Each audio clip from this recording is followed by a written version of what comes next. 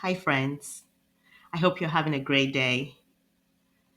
So, still talking about the fourth habit in Stephen Covey's Seven Habits of Highly Effective People. Success isn't really about one person winning and the other person losing, right? It's really about finding and creating solutions where everyone thrives.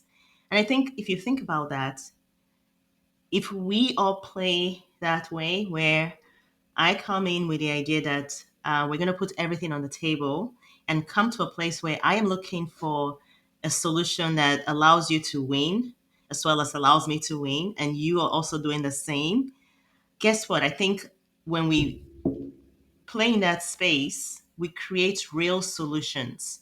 And that's where real collaboration happens, right? It's not about competition, like winning over somebody else. It's about how can we create a world where everyone wins. And one of the best ways of doing this is to, and I think I mentioned this in my last message, is to make deposits into the emotional bank account of others. So just like a real bank account, right? Our relationships need deposits to stay strong. And I think it's a 3-to-1 ratio. So you want to have an input of positive experiences, 3 to 1, because if it's a one negative experience, we naturally remember the negative experiences because we're just wired that way. We're wired that way to remember so that we don't repeat the same uh, actions that led to those negative experiences. And so I'm just going to go back and reiterate those six ways to create those win-win, deposits for people. So first is just really listening, listening to understand instead of listening to respond. Right? A lot of times we're paying attention more as to how do I reply back, right? What's my comeback? And at that point you've lost that battle already, right? So listen to truly understand the other person's point of view and before you respond. And then second, you want to pay attention to the little things, right?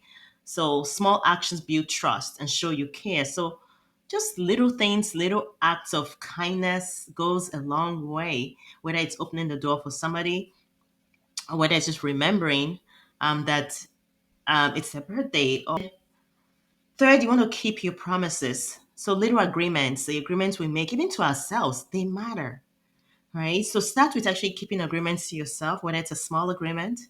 The small agreements that really matter, and keep agreements even with others.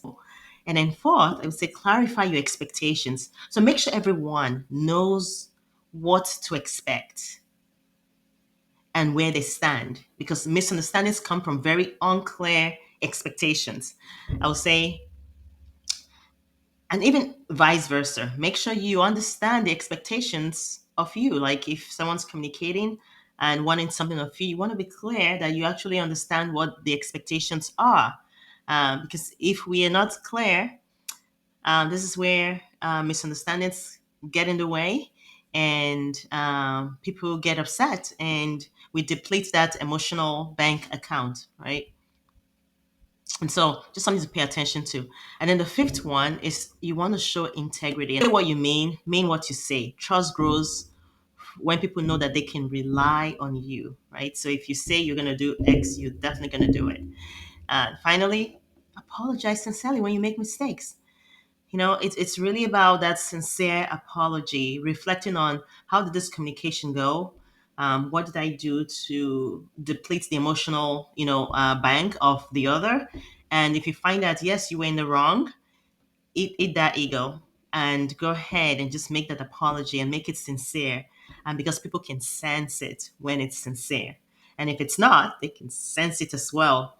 And only if it's insincere, it just really depletes the the emotional bank even further, right? So this week I want to challenge you, go ahead and make a deposit into somebody's emotional bank account, right? Whether it's keeping a promise, maybe it's just taking time to listen, and maybe it's just showing some appreciation in a way that really matters to them. All right. So this small acts of really creating those win-win situations is what's going to move the needle in your relationships and also in your business. With that said, I'll see you next time. Take care.